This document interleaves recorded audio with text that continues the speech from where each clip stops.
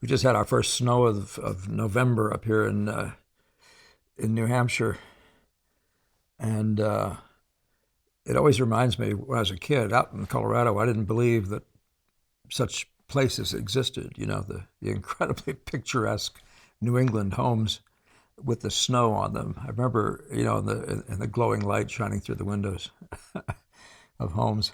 And they'd be on Christmas cards, you know. And I remember, and there were always paintings or drawings, but I remember thinking, you know, I remember thinking what a dream place. I don't remember dreaming that I wanted to be in New Hampshire. Of course, I never even heard of New Hampshire probably as a kid when I saw those cards, but it's just one of those things, just wonderfully characteristic of a place that has roots in a long culture like England. And so, of course, a lot of the architecture that you see would be, 18th century English architecture, just all over the place. And beautifully crafted. And of course, as we become more modern, the craft element is given way to the expediency, you know, the doing it as cheap as you can, that sort of thing. Form follows function, which is also something is it certainly gives way in many applications to really bad looking stuff. Well, I won't get into that, and I'm going negative anyway, so let's not do that. It's just nice to see you and be sitting here in the midst of a snow covered. We had 6 inches maybe area. It's always particularly special when the rains come down a little bit first, or the snow is first very, very wet and sticks really nicely, sticks to all the branches, and then the snow comes and just sticks, so every branch is still out there 2 days later. The snow stuck to every branch, just stuck out there, just like it was an imaginary image. So, Canal C, and I don't know if I've run into you before, Canal, there's another canal in here somewhere. But you elaborate by the way, I'm curious about that name, if that's something like Kenneth, or is Canal actually a name? What culture is that from? That sort of thing. Corrado, I think, is your last name. So if you don't mind me saying it, I hope you don't. But would you elaborate as what is visual impression apart from the visual science? This is like I'm going to read this whole thing, so I'm going to just let my producer put it up on the page, and then I'm going to just break it down and then show you. You know, read a passage at a time, but I'm going to read through the whole thing first. Would you elaborate on what is visual impression apart from the visual science? To my understanding, an impression would be a moment in time, as a photo represents. It's beyond style, totally agree. When anatomy is helpful, is the next point. When in a long pose, as a model moves, you can use knowledge, because every 5 minutes it'll change, as does sunlight. We're not drawing still lifes or casts where most everything is controlled, and is great for a beginner. And a long pose, as far as I read for the old painters, was 1 hour. He's saying Baroque. Not sure of the other academies. Today's realist academy spend weeks and hours, but by then is not even a human. Laughing. Anatomy not dealing with idealization helps you see. Sargent understood anatomy, without which I don't think one can ever get to that level of mastery where he indeed elongates and beautifies his sitters. You can have the color, but it won't look right. He painted not what he saw. The painter never does, as Degas said, of the masters. And Solomon repeated Reynolds' words, we can only paint what we know. When I say I don't think is meant just like a pianist, does he think when he plays? Perhaps when he is composing, preparing to play. Oh, I do. You did contact us before. I just forgotten your name. I'm now beginning to remember the role. I believe it was you talking about the piano before. Preparing to play. But then is that music? As he plays, he enjoys, maybe when studying and training, but I always try to get to that state of the naive eye when, back as an amateur, I was not aware of that which one has to learn, but just the feeling of trying to represent the truth in front of me. A pianist is feeling those sounds, as a painter just feels the color. He isn't thinking if it's right. If he didn't follow music theory, he plays with his gut, inner feeling, as one must draw. There's so many interesting little tangents in here, places to take off, a lot of little good thoughts.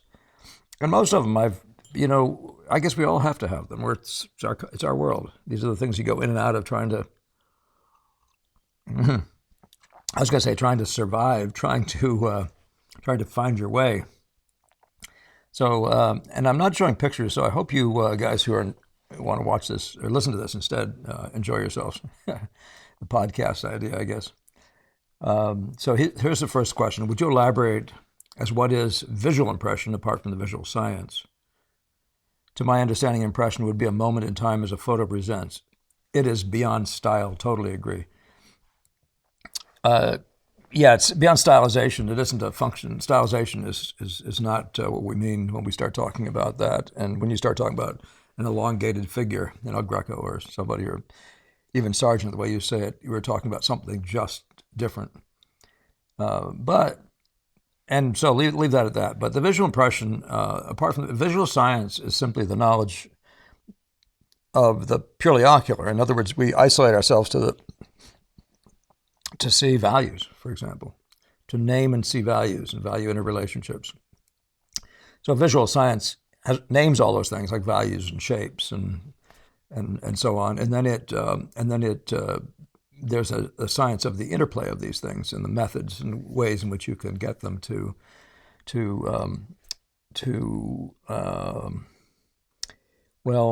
help define each other, to give each other context, but also to create what I call music, phrases, the reds. I've talked about that before, the set of the reds, for example. But so the visual impression, though, that's what you make anything with, but the visual impression contains all these things. Obviously, the visual impression is like a snapshot in the sense that there it is, it's all sitting in front of you. And but of course, your job is to be able to render the unity of that impression in a way that's effectual for telling people what you saw, the qualities, that make for the beauty that made you even want to paint it. So, but your visual impression, it's the impression on your eye. And then, of course, we talk about beyond that. Of course, you wouldn't paint it if it didn't already make also an impression on your, if you want to say soul, on your gut. if we can borrow your words ahead of you. So nothing much more to talk about in that one, but there's some other good stuff. So when is anatomy helpful? When in a long pose, as a model moves, can you use knowledge? Because every 5 minutes it'll change, as does sunlight. We're not drawing still lifes or casts. So here he's talking about an impressionist outdoors, or anybody painting from life indoors. So where mostly everything is controlled, and it's great for a beginner. And long pose, as far as I read, for the old painters was 1 hour. Not sure of the other academies. Now, ours was never 1 hour, and you could argue that basically a lot of the new realism is coming out of the Lack studio, which comes from Gamble, and we certainly drew for 15 hours or some number like that on a pose. Maybe it was as much as, how much is it, 3 die? We might have done as much as 30 hours on a single pose. Yeah, and half of the art is keeping the life and the unity and all that sort of stuff. But one of the reasons you do it is because you're studying the figure, right? I mean, you're studying a lot of other things besides the figure, but you're learning to master drawing from life. And so among those things you have to learn, as I found it, was you had to learn to, when the model moves, and because the model moves a lot, you had to learn to recognize the position you have the model in the thing it most approximates this moment. And a moment, I find that the best way to do it is to make sure you find a moment where the model, I shouldn't say a moment, but a position in which the model comes back repeatedly. Models get tired, and very nuanced shifting of the legs will cause shapes to change. Things like that, and weight shifting. And of course you learn you have to learn to be able to set a model in the pose correctly again, all those things. So yeah, if you put a model up there and have the model stand for 1 hour, if the model has really got a great sense of himself and a really good muscle tone, they can do that without moving in an hour, with barely any moving. And maybe that's what a great professional was. But if you read that history, there was a model, and I forget whether it's in one of the Studios of Paris books. There's a number of books like that, where there was a model that was so famously useful because he could pose for 3 hours at a time. So in Paris, for sure, people were posing much longer. And there are plenty of drawings out of, if you want to talk about guys like Proudhon, those drawings don't even begin to look like they were done in an hour. So it's not that there isn't a use for drawings done for an hour, but the long study is a valuable thing, particularly for you guys who want to talk about anatomy. And it certainly was a factor in what we were talking about at the time, to study anatomy. Gamel's position in relation to anatomy, by the way, was just talking about salient points. Primarily, he had this very short, I don't know, handful of pages in which he was talking about the salient points on the human figure. And those are the kinds of things he expected you to sort of learn, but you learn those just by drawing the figure. After a while, you realize, like elbows, or at certain angles, elbows, and certain angles, something else. But, something like the wrist. So, but I'm talking about a lot of different things. But you're saying, you're asking, do I use knowledge? So you start painting out of your head, and that's the great thing to avoid. At no point do you start painting out of your head something you know. When you're trying to study nature, you're trying to not do that at all. When you're trying to, now we're talking. By the way, most of my conversation is aimed at the young student, a student who's addressing all this stuff for the first time. And so the last thing you want to do is draw anything out of your head. I don't care if you've memorized the figure for 20 years. When you're studying nature, when you're studying this model in front of you and the lighting and all that sort of stuff, the last thing you want to do is talk about something abstruse. One of the things that used to always puzzle me when I was trying to do anatomy was like, but in what light does it look like that? But in what light? So you get a guy like Ang, which most of his stuff is way nearly front light, and there's a predictable level of stuff. Things will tend to do certain things anatomically. And after a while of working in that same light over and over and over again, you can begin to predict. But I keep saying, why would you want to? Because the relationships are where the beauty lies. If this particular figure, the relationships of those points, where they land at angle to each other, for example, and how they configure in relation, which one has the greater form or the most pronounced form, or I meant the bigger form, but so that's the answer to that is anatomy is not helpful then, right? But we're going to come to that answer because you brought up in the next part of the question. I think you bring up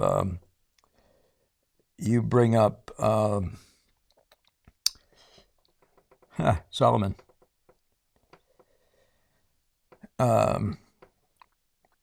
And here's Solomon talking to you. So I'm just put a bunch of quotes together here from Solomon because you brought him up. But I know the people, they saw that whole thing, know you're talking about Solomon. But if you're just following this piece by piece, you won't know that Solomon's come up in this conversation yet.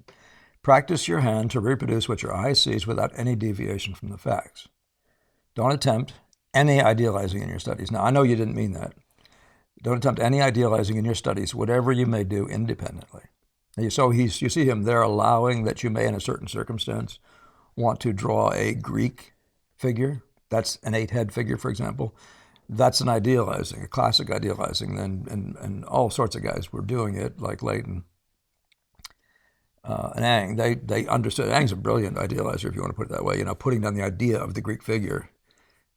Whatever you may do independently. He's talking to students. His book is directed at students. Don't attempt any idealizing in your studies, whatever you may do independently, either in form, light, and shade, or color. In proportion, as you deviate from your model, you court a weakening of the results. Okay?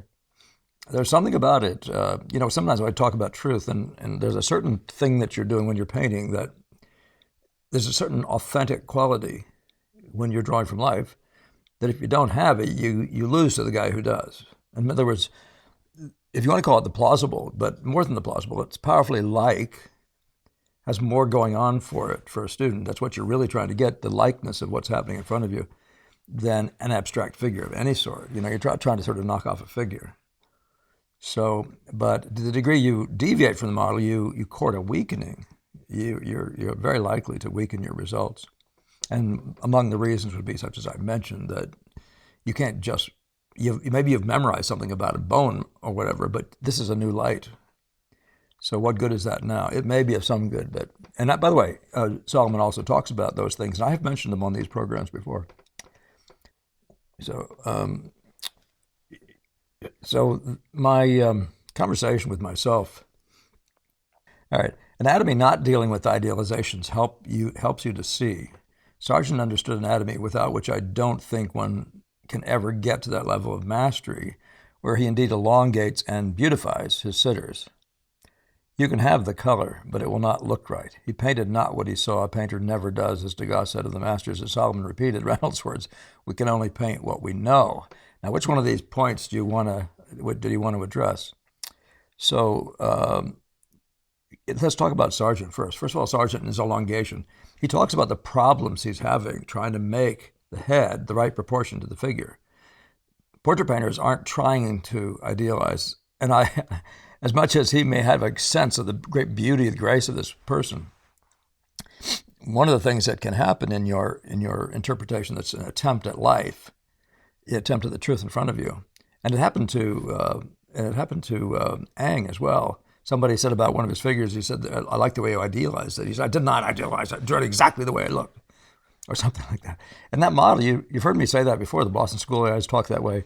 Sargent did too. But he talks about certain tricks he was trying to use so that he wouldn't make the head, he would tend to make the head too big or too small. And so he was trying to do certain things, and when he'd paint a head out, he tried to make sure he did certain things so that wouldn't tend to happen. Whenever you do piecemeal, of course, that's a risk you take. You take it, knock your head out, and you think you're putting it back together, but it wasn't set up with the grand thing in front of you simultaneously. When it was set up simultaneously with all that stuff, you're more likely to be right. So then when you go to paint just a head, to knock that portion out because you screwed it up in some way, you're much more likely to run into that thing where you paint the head too big. But he does not say that. He doesn't give you any directions about how to elongate a figure and how to get grace in the figure or beauty or something like that. And so on, even with expression, he says, and if you heard me say the same thing, he says, I'm just trying to make the shapes right. So I don't buy that he was doing that purposely, even though he's got the flavor of El Greco, who rather sometimes looks like he must be trying to do that. Different story, I don't know if he was trying to spiritualize the human or some of these saint-type figures that he's got or what. But you can have the right color, it won't look right. He painted not what he saw. Well, he did paint what he saw. He would dispute that with you. A painter never does. Now, you could say, if you want to say a painter never paints what he sees, it's because what you see can't be painted. Talk about color. Let's just talk about color. Many of the notes can't be done. So you paint the relationships of the things you see. In other words, you paint what you see, but it means that you're painting the color relations, a true set of color value relations and all that stuff. That's what you're painting. So you could say he didn't paint what he saw also, meaning he didn't paint knees and fingers. He painted the visual, right? Not the actual. So he's painting shape, just to put it in that sort of a category. A painter never does. Now, if you want to talk about the idealization or the making of a figure from, and this is where it really gets into what the use of anatomy is, when you're trying to paint a figure from your head, when you're trying to paint one from memory, when you're trying to create your own figures, then anatomy is this hugely valuable thing. But Reynolds' words, we can only paint what we know. I remember as a young student trying to study anatomy, and I realized, I knew most of it. Looking at the figure model, you can see that, you recognize the wrists and joints of the elbow and stuff like that, just looking at bones, skull. I already knew anatomy in one sense of that word, right? So what do you mean by we can only paint what we know? And that means you have to learn anatomy. And but my point is a different one. What do you know about values? You can only paint what you know. So if you never heard the word values, don't know what it means, your pictures are not going to work visually, are they? And I would say the same thing to you about the color relations and all those things. If you haven't learned the idea of the relations of things and can't manage it visually, that's what you don't know. You see what I mean? So don't automatically just run and apply that to anatomy, okay? I'd leave it at that, okay? Just for lack of time. Okay, now personal observation will enable you to add to this short list of examples. I forget what all he was talking about. The student has endless opportunities of comparing types and adding to the store of knowledge of human nature and the facial indices of character and expression. Sir Joshua Reynolds says so wisely that the eye sees no more than it knows, and we take no more from the world than we take into it. Accordingly, to discern the finer characteristics, we must ourselves reach a degree of refinement, or we shall fail to recognize it in others. Now, when you're talking imaginative painting, this is absolutely and 100% valuable, right? But it's valuable if you're trying to make a type and you've drawn a few different people and you remember old type X and you remember certain things about it. But draw the figure for a long time, draw many figures, different models, and you'll also have a sense of knowing, right? You'll have a sense of different character, skull types. I remember every time the model would come in, I would make sure I measured how many heads it was. Because I wanted to know whether the figures were 8-headed, 7.5 as recommended by Richer or others, what the average is. And I never found that 7.5 heads is the average. I always found it was closer to 7. But that because I measured and measured. Now I know that, right? Now that enables me to paint a figure out of my head that looks as plausibly like the average person I ever saw. So that knowledge of anatomy is for creating a figure out of your head. And I think all the rest of these are too. The last thing you want is to be looking at a woman with an expression on her face and start picturing an anatomy from somewhere else. If the expression is made out of the spots and the angles in relation to each other, like the corners of the mouth and the turn of those two and the size of those two markings in relation to each other. So even though you may say, oh, recognize this as such and such, a face type or an expression and that sort of thing, the last thing you want to do is bring one out of your book. You'll turn her into a caricature. You see that? So I do sit there and wonder what in the heck the value is. I've never found it to be a value. And I know a bunch of these things because we all messed with it as students. So let's go on from there. The better we understand the skeleton and what's generally understood as artist anatomy, and this is precisely, these are my points I tell my own students, okay? The better we understand the skeleton and what's generally understood as artist anatomy, the greater will be our power of constructing the human figure, right? That's, what that is. That's creating a figure out of your head. That's what it means. Many people sit there in front of the model and try to construct the figure when they could just draw the figure. Do you see what I mean? As if they were working out of their head. It's not the right place to do it. I mean, construction of the figure implies the working out of your head thing. And I recommend that when you think in terms of imaginative work, construct figures. Create the figure, make it pose the way you want it to, do all this stuff just out of your head. And then build the figure, as it were, from there. Do your whatever anatomy application you can come up with and that sort of thing. I've showed some of these and some of mine and some of these where you can see that I have applied that idea. So that's point one, constructing the human figure. Point two is realizing the subtleties of form.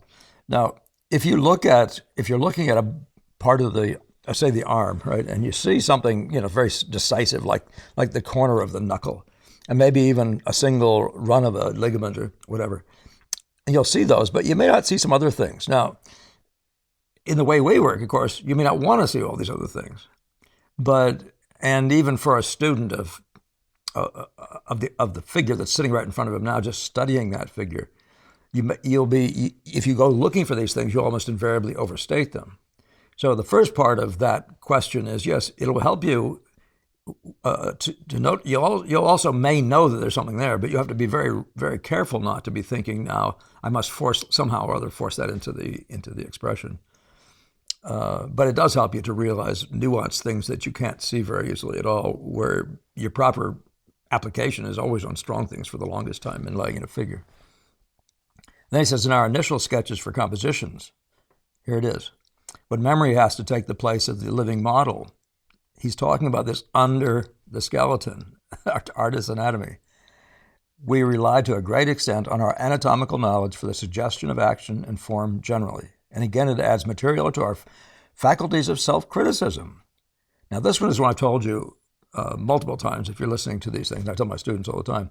The great use of anatomy is you look at the thing and you say, it's missing a bone. I mean, it's like very much the same thing as with the perspective.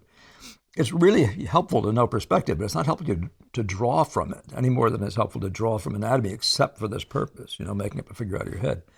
But self-criticism-wise, you can look at it and say, I said to a student just this past week, I said, does that even look like an arm? You got to say that to yourself. Does that even look like an arm? Of course, you haven't visited arms before. That would be funny. But it helps you. You just that perspective. You say, like in perspective, you would say, oh, this looks like it's out of perspective, right? that makes you're just looking at it that way and say, how's the perspective? Doesn't mean you got there from drawing perspective lines, but bunches of lines in every picture indicate the perspective. And you've got to be able to look at that picture that way and just stand above it all and say, how's the perspective? That's what he means by faculties of self-criticism, which, like a sense of humor, is often nearly always our salvation. A really fun one, actually. I remember one point, I don't know if I mentioned to you all, but I remember one point being in this point of severe frustration in a painting. And I've been really, everybody knows these black holes you wind up sometimes. And I saw no way out, just like, working on some drawing or something, or might even been a painting, and being completely lost, like hopelessly lost. And I remember thinking, it's either me or it, and it's, meaning like this is a dark moment. This is where Gamma would say, get a straitjacket on him before he goes for the windows, you know what I mean? And I remember one day it was so bad, and I thought to myself, I've heard that you're supposed to laugh, that a sense of humor helps. And I said, I got to tell myself a joke. And I couldn't think of anything funny, of course. So I just started laughing like a maniac. I started laughing. And you know how it is, like they say on the stage, sometimes you start laughing and then you are laughing, and it takes over. And before I knew it, whatever those pheromones or whatever they are in your brain, they'd taken over, and all of a sudden I was solving problems again. So, that sense of humor is often, nearly always, our salvation. I don't think I had a sense of humor at that moment, but I recognized the value of humor. Yeah. So let's go to some other interesting passages. Now, this is when I say I don't think, is meant just like a pianist does when he does. Does he think when he plays? Perhaps when he's composing, preparing to play. Now, remember, painting is much more like composition, if you understand what I'm saying. But composing, you're composing a piece, you're composing a symphony when you do a painting. So have that in mind, when you're doing a painting. You never stop composing, right? So does that mean you ever stop thinking? But let's just go on with this. But then, is that music, as he plays, he enjoys, maybe when studying and training, but I always try to get to that state of the naive eye when back as an amateur I was not aware of that which one has to learn, but just the feeling of trying to represent the truth in front of me. Just do it. I guess is what he's saying, right?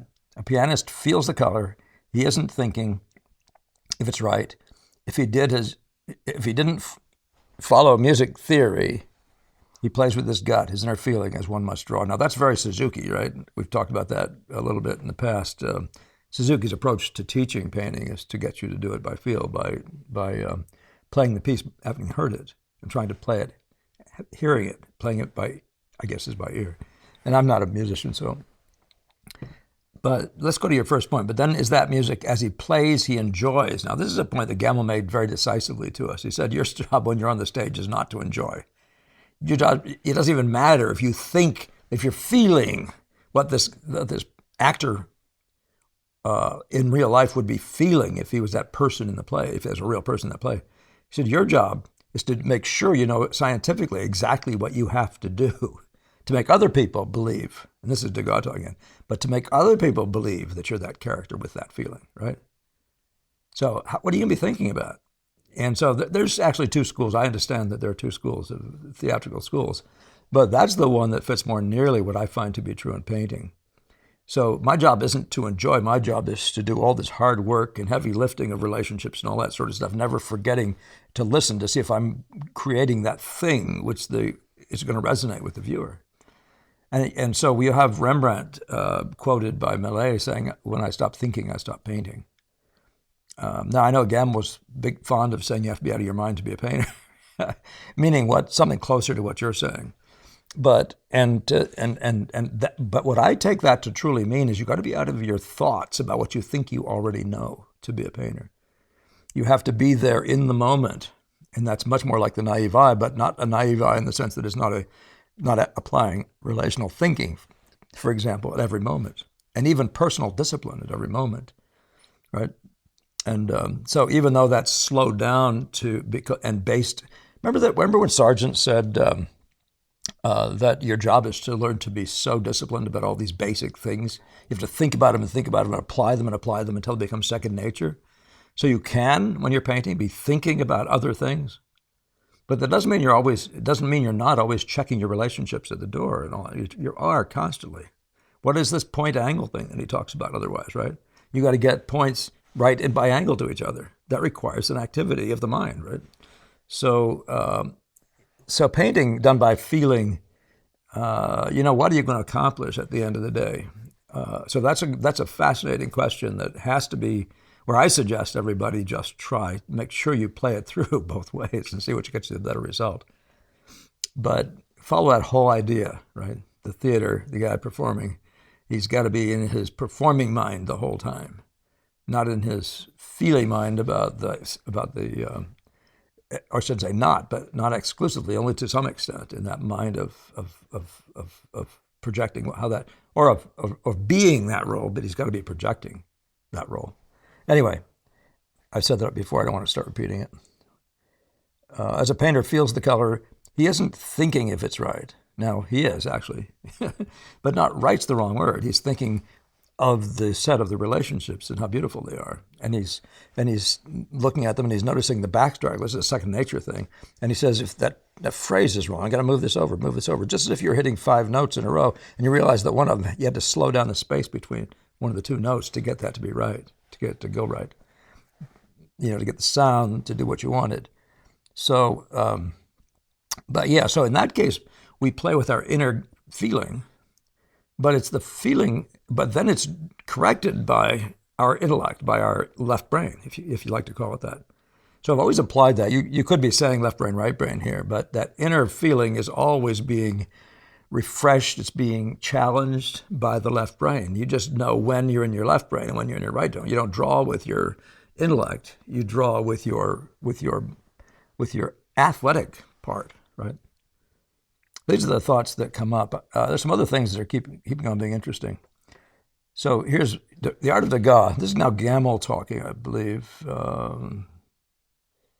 Here, the art of Degas is intellectual in the painter's sense of the word, in that it is the result of carefully reasoned procedures in which the emotions of the artist played almost no part, and his intuitions were constantly subjected to his analytical thinking. Degas was well aware of this. No art, he said, was ever less spontaneous than mine. What I do is the result of reflection and study of the great masters. Of inspiration, spontaneity, temperament. Temperament's the word. I know nothing. Well, is that what you're talking about? Is that temperament thing that you're talking about there, Canal? When people talk about temperament, it always seems to me like the strong man in the fair who straddles his legs and asks someone to step up on the palm of his hands. And me too, yeah. But anyway, that's just because you brought Degas into this question. Nobody, I like that line, no art was ever less spontaneous than mine. Remember, it was Millet who said about Rembrandt. So Millet also believed this, right? He said about Rembrandt, he was quoting him positively. When I stopped thinking, I stopped painting. Question of what you're thinking about, but so much of this goes back to the question of composition. Now, what I wanted to share with you, and this is a bonus, right? Because I haven't read Solomon closely in some time, and I just was very, I'm always pleased to go back to these guys when you bring up questions or points such as they make. But this one really stuck in my brain because this is something that every painter knows, and yet it sounds like when I use the word visual order, even when I use it, I thought, I actually thought for a minute I was inventing something, but I really wasn't. I must have been observing it in much work, but I was trying to find a best practice in terms of what to do when. But so here's Solomon simply talking about how you would manage the visual relationships. And I'm just going to say visual order, okay? He doesn't use that phrase. But to the uninitiated, it's sometimes difficult to distinguish the predominating light from others that are, to all appearances, equal to it in brilliancy.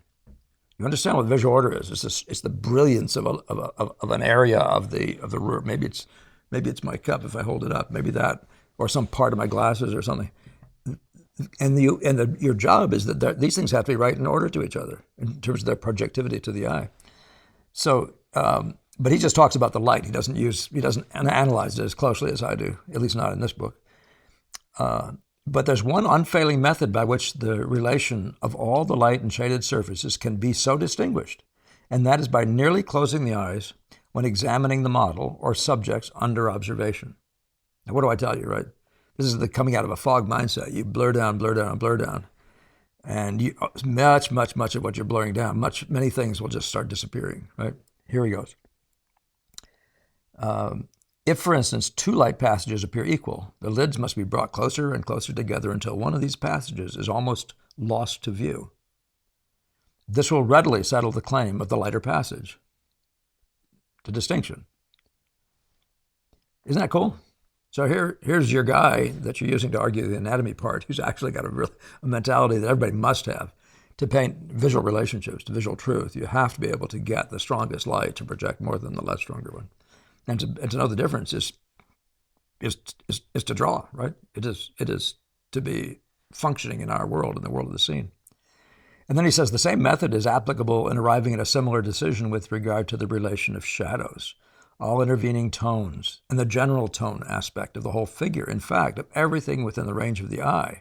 Once this method has been thoroughly grasped, there will be little more to learn about the theory of light and shade and tone values. Isn't that wonderful?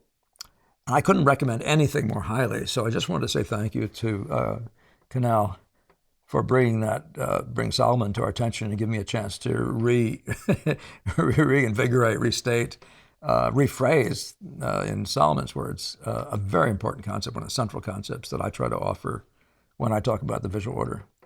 All right, I think we got it. So, Canal, I hope that covers everything in a way that you can begin to see a difference, at least between the way you and I think, whether or not we're going to decide who's right about this. I'm really interested in, as I said before, many times before, in talking about what I've seen, and of course it's largely to just simply project a difference between many ways of working, and to show you what mine is what you give me the opportunity to do. So thank you for that point and for letting me elaborate. And Karen, I almost forgot that. Karen, thank you very much, Karen O, for your contribution that came in this week. I'm thinking you're one of those people on the regulars list, which is so much appreciated. So I just didn't want to forget to thank you. I meant to do it at the start and failed. All right. Okay, well, that should do it for this time. And listen, I hope you have a great next couple of weeks. I think we're trying to get within a couple of weeks, get this live one going. I've forgotten what he told me, but recently in a different conversation, my producer said that he's going to be really busy until sometime. I have a feeling whatever that time is, and I think it was mid-December. So my guess is probably somewhere around in the nature of the 20th or somewhere in there, we might be able to do a live one again. All right. Hey, if any of you have recommendations about a different time frame, that's better for you that we might use, do let us know. Do let me know, and you can do it by email or any other way you want. I'm just interested in, so I can't say I can do it, but I'm interested in any feedback about the time frame in case that's a reason, or it's a factor in some people in some parts of the earth not being able to be with us. Okay. Well, thank you. As I said, have a good week or two, and happy painting.